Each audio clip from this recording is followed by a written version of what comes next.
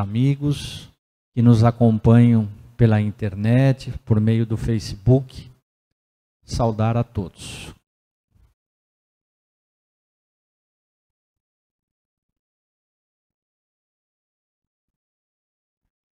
Meus amigos, boa noite. É sempre um prazer, né? Motivo de muita alegria para mim é retornar aqui na cidade de Rio Preto, vizinha minha cidade, Catanduva, e poder não só rever amigos, como estreitar esses laços de amizade, também construir, né? Ter o prazer de construir novas amizades. Então, para mim, é muito importante esta troca. E hoje nós vamos falar de um tema que vem ao encontro justamente disso que eu comecei aqui abordando, troca, né? Vamos falar sobre saúde da alma, mas de uma maneira bem dia a dia, né? Bem reflexiva. E o que eu quero dizer com isso, com bem reflexivo? Eu quero dizer que todos nós temos essa capacidade de nos autoanalisar, desde que esta autoanálise seja sincera e que seja fundamentada num pensamento autocrítico, porque vamos estar nos auto-observando, levando em consideração a nossa ética, o nosso bom senso, para que nós não venhamos cair na armadilha da justificativa, tipo aquela, eu sou assim mesmo, e pronto. Essa é uma chancela que nós adotamos, fomos treinados para isso. Infelizmente, alguns de nós acabamos adotando essa sentença para a vida. Nós acreditamos, sim, que somos assim mesmo e pronto. E que se existe alguém incomodado, é o outro que deve se mudar, é o outro que deve fazer alguma coisa para a situação modificar. E nós não temos nada a ver com isso, porque afinal de contas, a minha natureza é assim. Se nós realmente acreditamos nisso, nós colocamos em xeque aí a questão 167 do Livro dos Espíritos, porque ela vai fazer uma referência com relação à reencarnação, ao objetivo da reencarnação, qual é o fim, né, objetivado com a reencarnação, e os benfeitores espirituais vão nos alertar que a reencarnação, nos serve de expiação como meio de nos melhorarmos, nos serve de aprimoramento, de melhoramento, ou seja, é um instrumento do progresso. Sem isso, onde estaria a justiça? Se é um instrumento do progresso, se todos nós temos condição e estamos, observem bem que eu abro aspas nessa fala, estamos condenados a melhorar. Não há nada que possamos fazer para evitar nossa felicidade. Gravem bem isso. Por mais que eu tente, e nós fazemos isso todos os dias. Tentamos ser infelizes de maneira voluntária. De maneira voluntária. Faz parte já deste nosso instinto querer ser infeliz. Impressionante. Mas como assim? Vamos começar a refletir, porque para poder afirmar isso, e veja, essa é uma observação minha, logo, não é uma verdade universal, é só uma observação. Para poder afirmar isso, eu tive que elaborar algumas perguntas. E a maioria delas se deu no momento que eu vinha para cá. Vim de ônibus, de Catanduva a Rio Preto, demora mais ou menos uns 40 minutos. E eu resolvi encurtar a palestra, ser mais objetivo, mas queria que fosse um bate-papo mais preciso, mais dia a dia, para que a reflexão pudesse ser palpável. Eu gosto de usar essa expressão palpável, porque nós vamos conseguir lidar com ela de maneira prática e de maneira objetiva. Ela já vai chegar a nós contextualizada, que é o trabalho mais difícil de fazer, que é ler algo e tentar passar aquilo para a prática. Porque na maioria das vezes, a obra, o livro, só nos serve de uma boa leitura. Dentro dessa questão de promoção ou de promover uma saúde para a nossa alma, e nós vamos entender por que escolhemos esse título, nós precisamos começar com a autoavaliação. como nós colocamos aqui. E essa autoavaliação, ela não só deve ser sincera, como deve fazer todo sentido para mim. Eu preciso ser verdadeiro comigo, porque se eu deixar de ser verdadeiro comigo e eu não dar a resposta que eu estou procurando, eu corro o risco, e isso é muito sério, de transferir para o outro o motivo da causa daquilo que eu chamo infelicidade. Eu posso terceirizar. Eu posso acreditar que existe um responsável por isso e que eu nada posso fazer, porque sou insuficiente. Não posso gerar felicidade.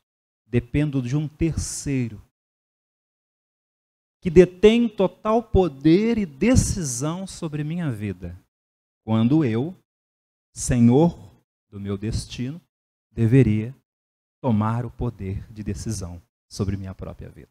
Mas isso faz parte da nossa educação. Então eu vou, vez ou outra, ler os rascunhos que fiz aqui, para que nós possamos criar uma linha de raciocínio interessante e ir pontuando, respondendo. E eu começo com uma pergunta que vai nos tocar, vai nos falar diretamente à alma. E diz o seguinte: quanto tempo passamos sendo intolerantes com a vida? Quanto tempo do nosso dia? Por quais motivos eu me torno intolerante? Com a vida. Porque a vida é o outro. Sou eu, você, nós. Quanto tempo eu gasto do meu dia sendo intolerante? Olha a pergunta que nos auto-sabota, a resposta que nos auto-sabota. Mas também queria ver você na minha pele, no meu ambiente. Então nós vamos criar rotas de fuga para continuar adotando a nossa tão querida e velha personalidade. Tememos o novo.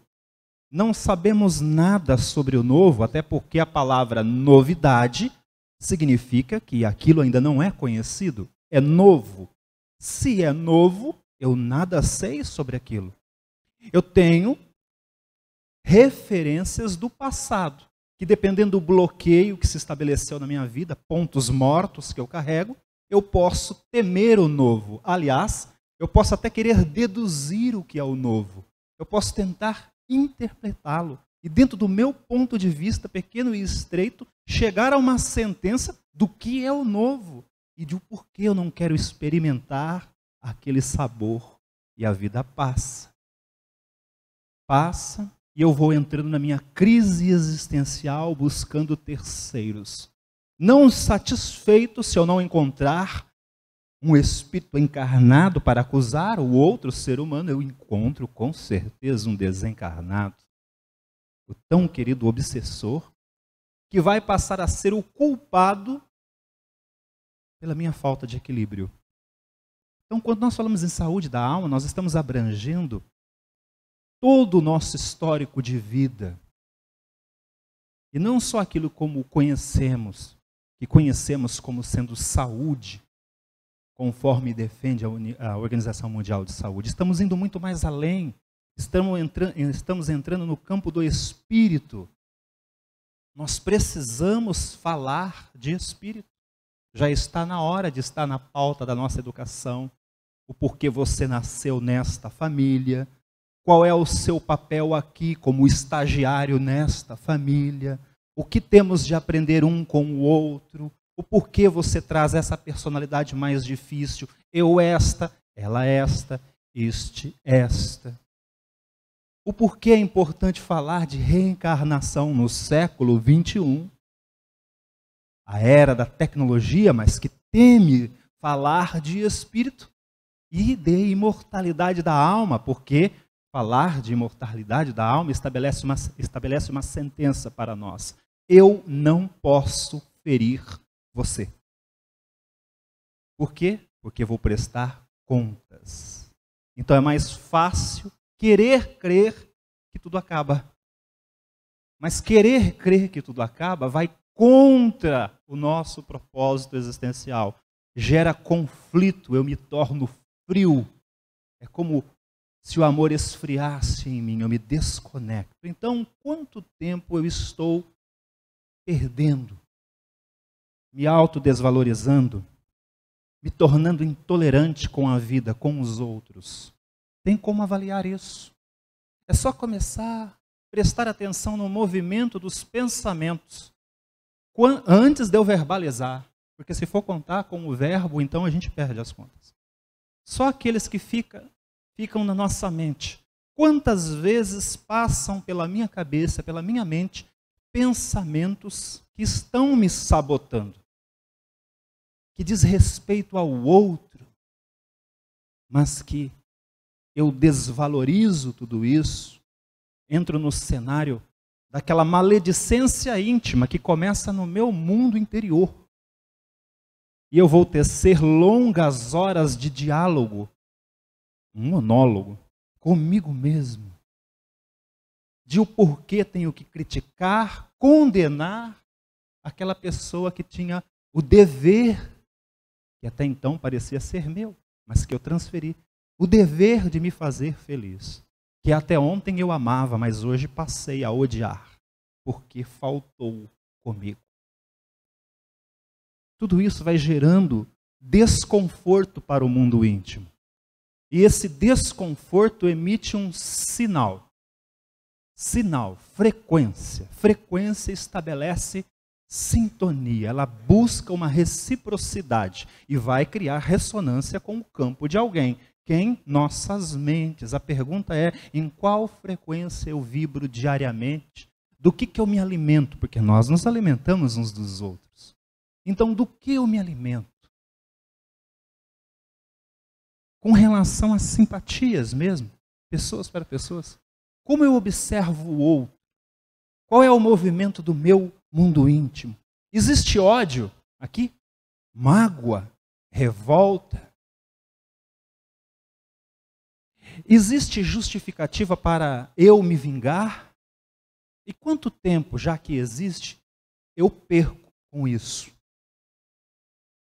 Olha que interessante, mostra que eu não tenho o mínimo de preocupação sobre minha pessoa, por minha pessoa. Eu não me preocupo comigo. Porque se eu realmente me preocupasse comigo, a primeira regra é: cuidado com o que pensas, porque te tornarás. Mas nós temos, lembrem-se, uma justificativa para ser como somos. Qual a justificativa? O outro. Nunca um objeto. Um objeto. Eu não posso ficar magoado com uma mesa, porque eu bati meu pé nela. Doeu. Se eu ficar, eu tenho problemas sérios. Mas com o outro, principalmente se for do campo do afeto, que troca, né, esse magnetismo do amor, da confiança, principalmente se houver uma fissura nesse movimento, nessa permuta magnética de forças, aí eu posso me ferir profundamente. E caso eu não me conheça o suficiente, vai aflorar através dos meus sentimentos, instintos inferiores, determinadas emoções. Raiva, tristeza, ódio, vingança. E aí eu estou emitindo um sinal. Se eu emito, eu crio uma frequência, logo recebo. Se eu recebo, a pergunta é, o quê? Aqui a gente começa a matar a charada de o porquê somos influenciados. E de o porquê uma orientação espiritual, desde o atendimento fraterno até o tratamento final espiritual, completo, como se diz, é tão difícil de se operar. Porque nós não queremos realmente a cirurgia totalmente concretizada, porque eu precisaria fazer uma cirurgia moral antes. Eu precisaria mudar a maneira como eu ajo interiormente com o meu próximo. e eu estou disposto a fazer isso? Ou tenho uma justificativa para ser quem sou? Então, se eu tenho essa justificativa para ser quem sou, como sou, e não mudo, que bênção é para nós a reencarnação. Porque nós vamos dar início, por meio de leis perfeitas que nós carregamos, gravadas na consciência. Nós vamos nos conectar com oportunidades, as melhores, acreditem, as melhores, para nos corrigir. Eu vou encontrar no momento certo, no tempo certo, no lugar certo, e com as pessoas certas, com frequências semelhantes à minha, situações para nós nos envolvermos. E ali começar a tecer, dentro dos fios do destino, história de vida, oportunidades de correção. Mas nós somos treinados para ver a vida assim. Olha que interessante. Só puxamos o fio do novelo para falar de saúde da alma. Mas aqui estamos olhando para o espírito, algo mais profundo. E o maior de todos os professores, Jesus, sempre deixou lições precisas, objetivas, certas, para que todos nós pudéssemos trilhar, uma vez adotado o seu ensino moral, e garantir o sucesso total, 100%, do aproveitamento da lição e do nosso melhoramento. Mas para isso, existe o tempo. Existe o tempo, existe idas e vindas, né? E nós vamos aprendendo a cada oportunidade a nos tornar seres melhores. Logo, se nós formos usar a nossa capacidade intelectual, que na nossa condição, em pleno século XXI, é invejável, conquistamos muito, muito mesmo, se nós usássemos a nossa capacidade intelectual, não estou nem falando da moral, apenas intelectual, para refletir sobre isso, nós chegaríamos à conclusão que odiar alguém é total e absolutamente perda de tempo. Tem mais a ver com inteligência isso, perdoar.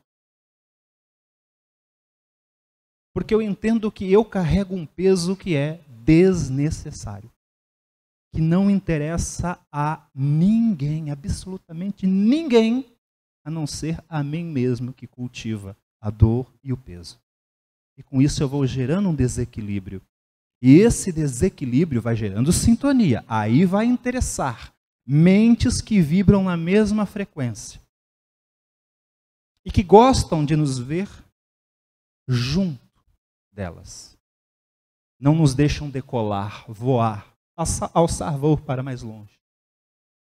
Então sempre estão a nos apontar o porquê temos de odiar alguém. E notem que nós começamos a nos interessar por esse tipo de conversa. Logo nós não temos mais assunto a não ser o terceiro, o outro. Nós não nos enriquecemos uns dos outros. Pelo contrário, nós subtraímos. Temos de olhar o outro, a beleza, o talento, os dons nos ofuscam. Então eu começo a subtrair. Começo a me tornar um perito em encontrar pequenos defeitos na pessoa. Então eu começo a entender por que na alma nós começamos a adoecer e criar tantas sintonias que nos prejudicam. E talvez caímos também na velha mania de começar a reclamar de que talvez os benfeitores ou o nosso anjo da guarda não está tão interessado assim nos nossos problemas. E que talvez por isso tenha nos esquecido, nos deixando sofrer. Olha quanta coisa que eu faço, eu me dou para o próximo, meu tempo, faço caridade, faço isso, venho na casa espírita ou no meu movimento religioso, enfim. Olha o que eu faço e eu não tenho nada em troca dessa tal divindade, dessa suposta divindade. Onde estão que me deixam sofrer assim? Mas esse mesmo movimento de entrega, de ir e vir, de fazer, está acontecendo primeiramente no meu coração Ou eu só consigo fazer fora? Eu só consigo provocar esse movimento fora, que é onde os olhos dos outros podem contemplar? Ou eu também estou fazendo o movimento interno, que é um movimento silencioso? Ninguém sabe e ninguém nunca saberá o esforço que nós, eu, você, nós fazemos para vencer uma tentação. Ninguém. Somente nosso anjo da guarda, nossos espíritos superiores que nos tutelam. Só. Nós podemos deduzir, de acordo com o nosso nível, né, de evolução moral. Então nós deduzimos que o outro deve estar se esforçando muito para resistir àquilo que ele é afim. Tentação. Não quer dizer que ele é mau. Ele só não consegue resistir. Aquela doença da alma ainda. Que a maioria de nós carregamos uma ou outra tentação. Não quer dizer que somos maus. Mas elas emitem sinais. Mas o simples fato de eu querer mudar, eu já tenho um amparo. E eu começo a me tornar autorresponsável, consciente. Então eu começo a deixar de terceirizar. E começo a assumir a responsabilidade. Que coisa linda. Aqui eu começo a me tornar livre. Só é livre quem vai assumir realmente esta responsabilidade para si. O direito de ser feliz, de querer, de desejar o bem para si, para o próximo. Conforme eu vou entrando nesta onda de boas vibrações, eu também começo a emitir ao meu redor. Logo, eu passo a não ser mais interessante para mentes que vibram em oposição.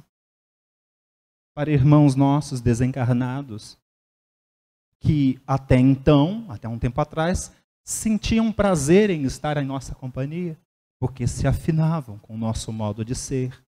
Era fácil suscitar intrigas.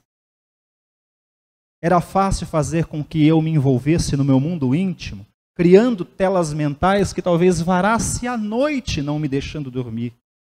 Aqueles pensamentos repetitivos, ressentimentos. Ressentir é sentir de novo.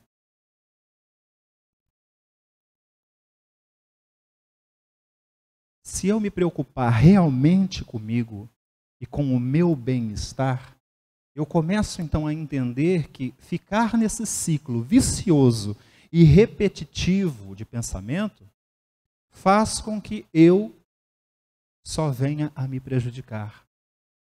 E se a nossa educação informal, não espere isso da formal, pelo menos por agora, mas a informal, aquela que acontece no lar, que deve formar cidadãos, já que nós queremos tanto uma mudança, não é? Esta que tem o dever e a missão, e é essa a expressão, é missão, de formar bons cidadãos, de trazer espíritos do plano espiritual, reformá-los e transformá-los em bom cidadão. Essa é a missão do lar, dos tutores terrenos, dos pais, dos familiares, nossa, os que chegamos aqui primeiro. E se nós adotássemos estes conceitos de forma prática na educação? E se nós começássemos realmente a ensinar que ao invés de revidar, que é a maneira como a nossa geração foi treinada, e talvez, eu quero acreditar que não, eu não tenho a experiência da paternidade, mas eu quero acreditar que não, que nós já não estamos mais ensinando a arte do revide. Bateu, levou. Eu quero acreditar que nós já não precisamos mais disso. Então eu acredito que a educação de hoje já não está mais treinando a mente das crianças para revidar, para não ser bobo dos outros. Eu também acredito que já não estamos mais ensinando as crianças a seguir aquela velha afirmação que o mundo é dos espertos. Eu acredito nisso. Porque se ainda estivermos ensinando isso, teremos sérios problemas com esses espíritos que estão chegando. Com uma capacidade intelectual invejável. Mas, se não encontrar moral nos nossos lares, correm o risco de se tornarem individualistas, frios, distantes. Mas, como eu disse, eu quero acreditar que nós já não estamos mais passando este exemplo. Exemplo, ação, fazendo, sendo no dia a dia. Eu já quero acreditar que nós estamos seguindo aquela velha sentença de Gandhi: se queres um mundo melhor, faça hoje o que você espera do amanhã. Torne-te hoje aquilo que você quer ser amanhã. São sentenças essas que estamos colocando aqui, que não é novidade para ninguém, mas que, se for ensinado como uma ciência formal, faz com que a competitividade entre nós vá pouco a pouco deixando de existir. A concorrência vai pouco a pouco deixando de existir. Eu não preciso querer ser melhor que você. Eu não preciso ter mais essa enfermidade. Veja, isso começa a mudar toda a forma como nós lidamos no nosso dia a dia com o nosso mundo capital. E se isso mudar, isso implica numa reforma geral dentro do processo educativo para nós, espíritos encarnados. Então, observem que toda esta ação chama única e exclusivamente a nossa atenção. E eu gosto de pensar que era assim que Jesus fazia. Enquanto nós ensinamos a arte do revide e nos tornamos bons nisso depois que o Cristo, não é, deixa o planeta, deixa o seu corpo físico, nos tornamos muito bons nisso, em ensinar a arte do revide. Ele só se preocupou em ensinar a arte de amar. A arte da compreensão. Se um irmão te feriu, tente compreendê-lo. Quais foram as razões dele agir desta forma? Ensinou a arte do perdão. Nos concedeu com seu ensino moral a harmonia para a alma. E até hoje, não é? Nós ainda tentamos decifrar quem foi este grande homem que passou por aqui. Veja que sua ciência está para nós, para nos promover no melhor que somos. Não há palavras de desprezo no ensino moral do Cristo, de condenação. Não há palavras no ensino moral deste nosso professor, o Cristo, que nos oprima, que nos condena. Porque se assim for, de que adianta nós querermos melhorar se um ser superior está delegando? Se você não for bom, será condenado eternamente. Se ele escolhesse todo o seu trabalho, todo o alicerce, toda a base do seu ensino moral, se existisse ali uma dosezinha que fosse de preconceito, todo o seu alicerce iria ruir. Mas nós somos educados assim. Dentro dos próprios meios religiosos, nós somos educados que há uma escolha, que há preconceito. E que se nós formos de alguma forma condenados pelo alto, se essa ordem vier de cima, não há nada que eu possa fazer. Então, como lidar com uma força superior que às vezes não compreende o que você está passando? É por isso que muitos se afastam desse tipo de leitura da divindade. Leitura no sentido da maneira como eu interpreto. Talvez se eu me perguntasse sinceramente, para mim mesmo, qual a visão que eu tenho de Deus? A resposta é a maneira como eu ajo com o outro. Se eu crer em algum momento que há uma condenação por parte de uma divindade, eu vou condenar. Eu não vou perdoar. Porque foi assim que nós somos educados. Mas conforme foi passando o tempo, nós também fomos tendo contato com outros missionários em diversas partes do mundo, que também ocuparam o campo das ciências e que nos trouxeram revelações no campo acadêmico, nos fazendo evoluir. E com isso, todas as áreas do conhecimento foi ganhando, o espírito humano foi se revolucionando. E o tratado de amor e de evolução do ensino do Cristo foi se disseminando para todos nós, de maneira também formal. Mas é difícil dar a chancela ao grande professor. Não. Não esperem ver uma banca defendendo e aceitando isso de maneira tão simples e fácil assim. Mas não importa. O que importa é, nós vamos melhorar. A pergunta é, com quanto tempo eu quero fazer isso? Eu acredito que nesta encarnação eu posso ser feliz?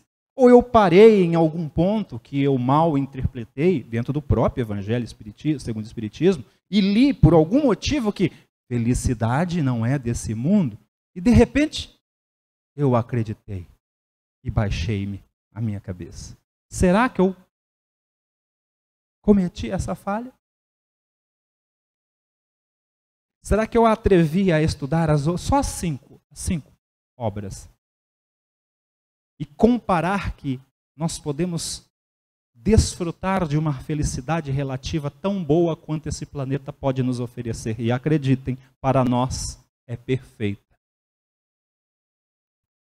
Diga para uma mãe que acabou de dar à luz que não existe felicidade plena nesse mundo. E aguardamos a resposta. Felicidade é muito particular para cada um de nós. Então, se estamos falando de saúde da alma hoje, nós temos de nos autoavaliar para poder decifrar o enigma que há em nós. E que está ali a todo momento pedindo, decifra-me ou eu vou te devorar. Os nossos próprios pensamentos emitindo frequências autodestrutivas vão nos escravizando. Então, por isso que a primeira pergunta que eu fiz aqui é fundamental para que nós possamos nos descobrir. Quanto tempo passamos sendo intolerantes com a vida? Isso pode mudar a forma como estamos nos relacionando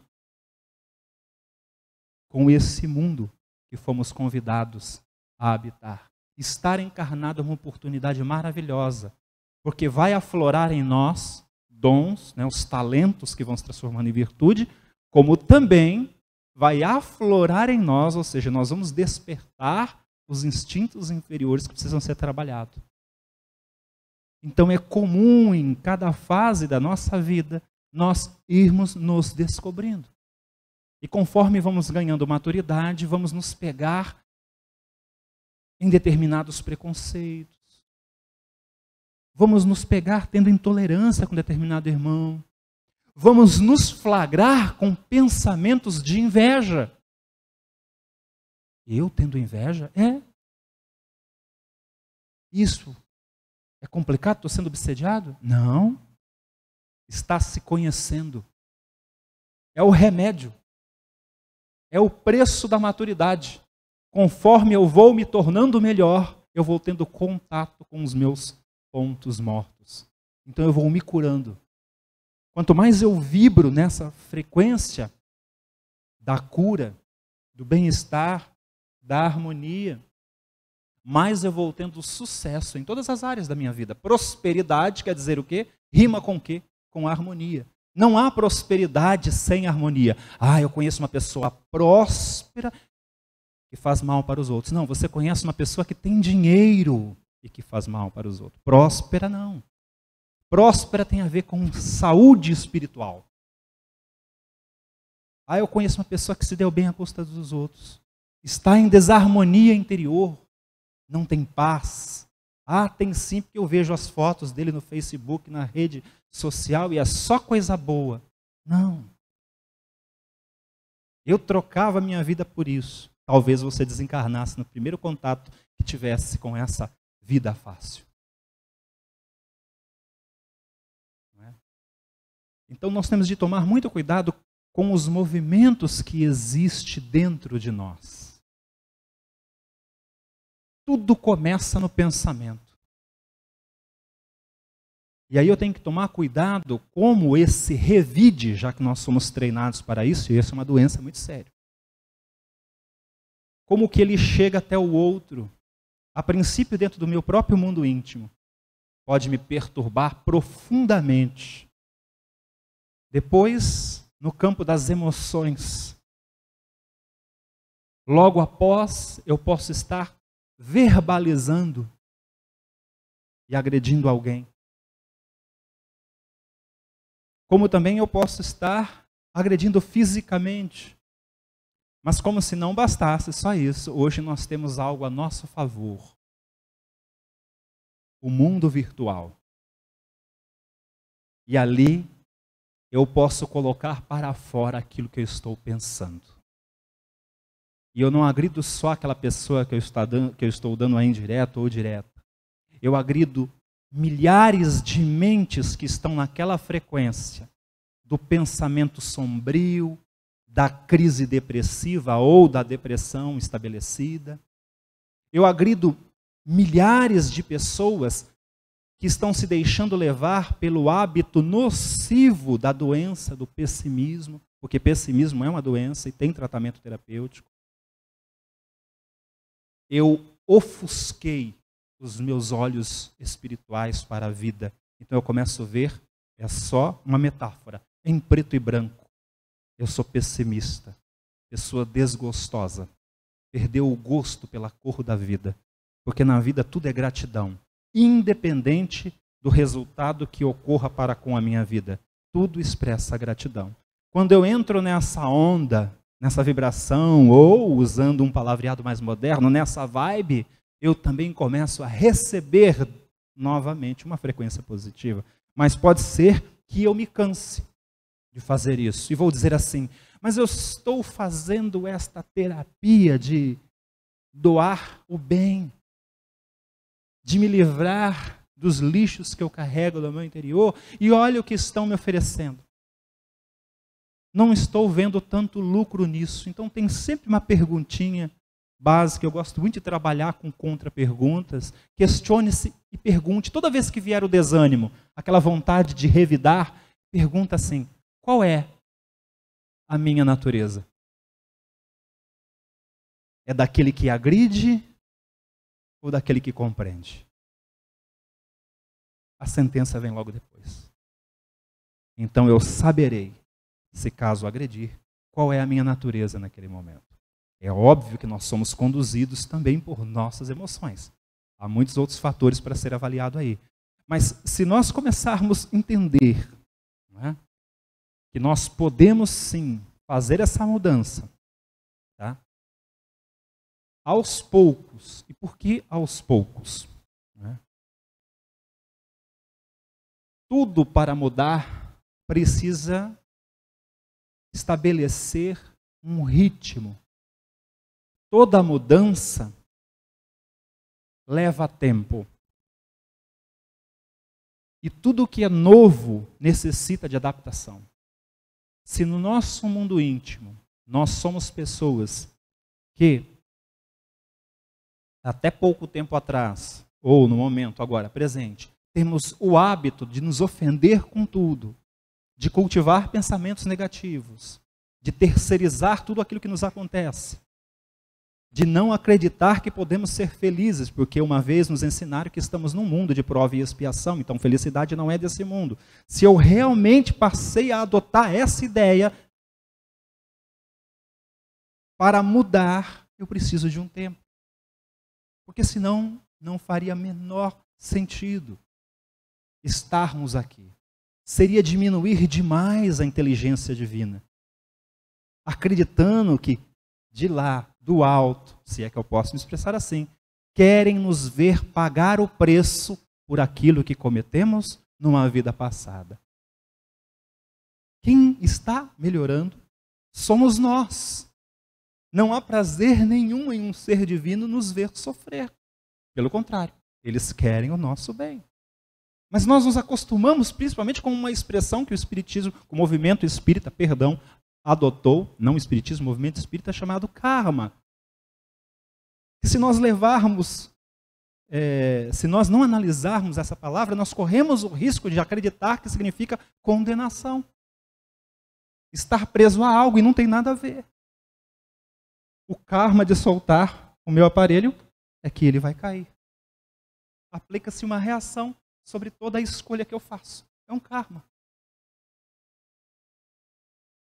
Nós começamos a entender então que quanto mais nós vamos exigindo de nós mesmos para nos melhorar neste sentido, de provocar saúde na nossa alma, mais nós vamos nos conectando com a bondade.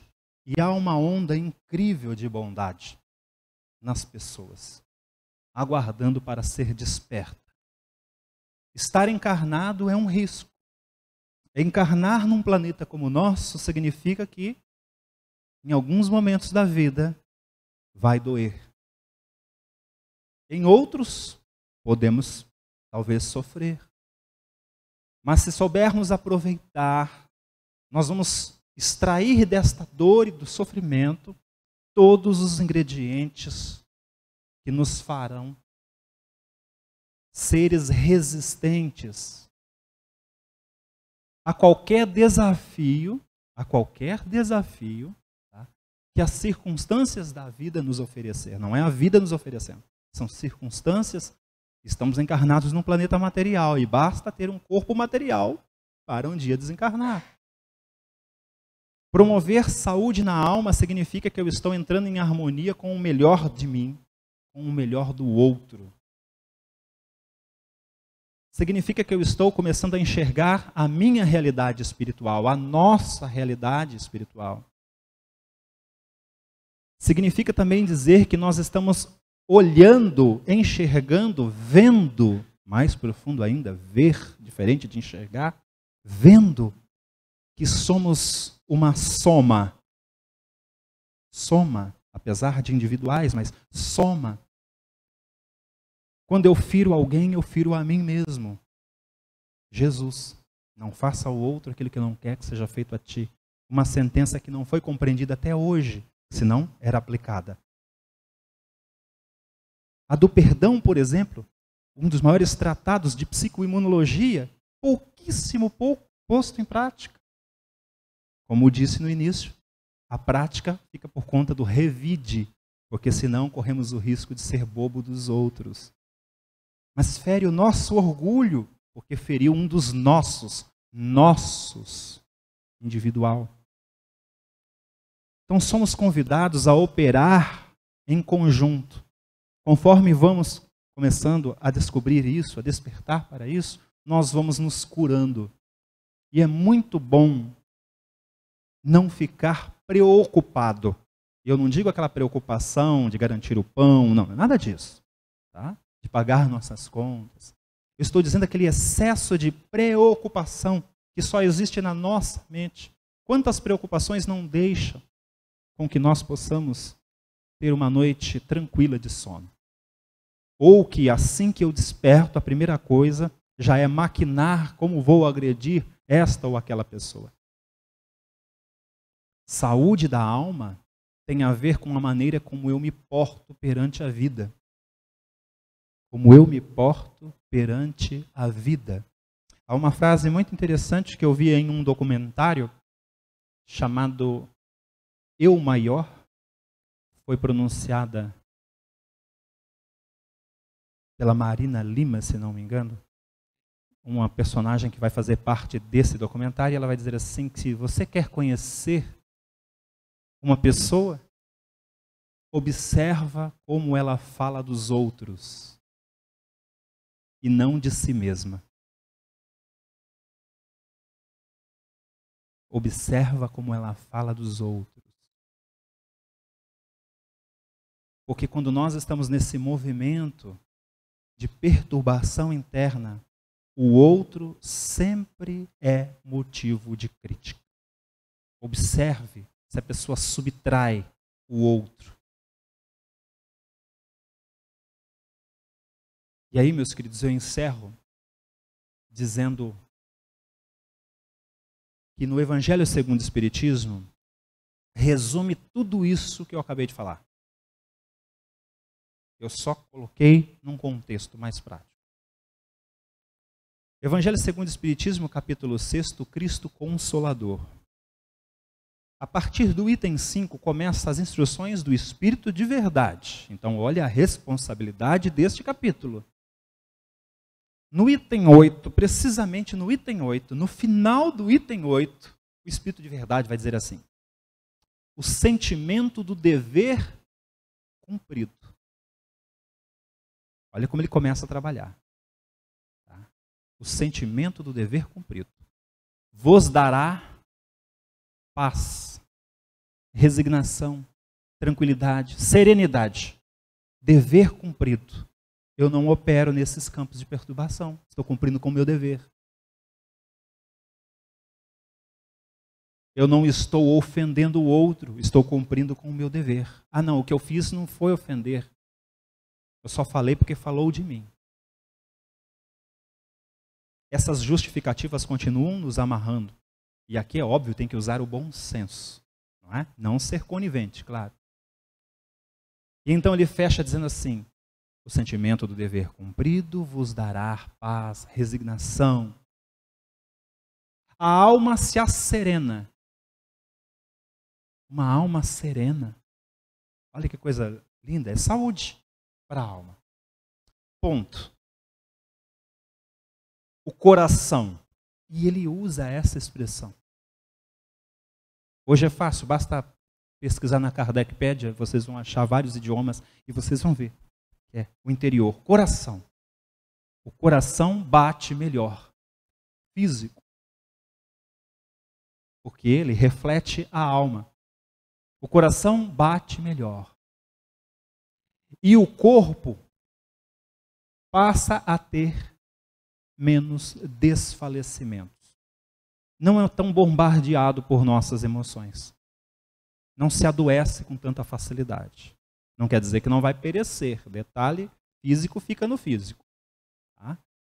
Mas nós podemos desfrutar de uma harmonia, de uma saúde na alma, na mente, no físico. Ponto. E ele continua. Por quê? Porque o corpo sofre, né, de acordo com tanto quanto mais o espírito está profundamente atingido.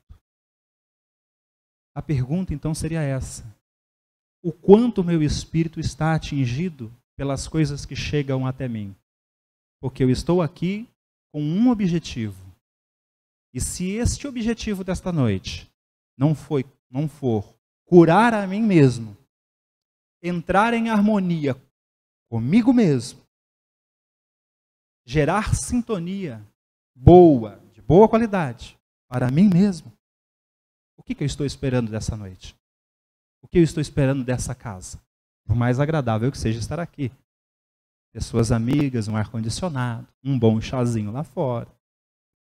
O que eu espero desta casa? O que eu quero que ela me dê em troca para eu vir aqui todas as noites, ou nos dias certos, ouvir uma palavra? O que eu espero dela? O que ela tem que fazer por mim? O que eu quero receber na hora que eu sair da sala do passe? Porque senão eu não volto mais aqui. São perguntas profundas, mas que nós devemos fazer para nós mesmos. E não esperar que outro faça. Nós temos de fazer para sair do comodismo. E assim nós vamos começando a criar uma sintonia melhor, qualidade de vida melhor, passando a amar o próximo cada vez mais e compreendendo que estamos encarnados em um planeta e que temos de aprender a conviver uns com os outros, entendendo que vamos encontrar espíritos em categorias diferentes, enquanto uns ajudam, outros ferem. E a pergunta é: qual é minha natureza? Ferir ou ajudar? A resposta corre por nossa conta e o destino fica em nossas mãos. Jesus abençoe a todos.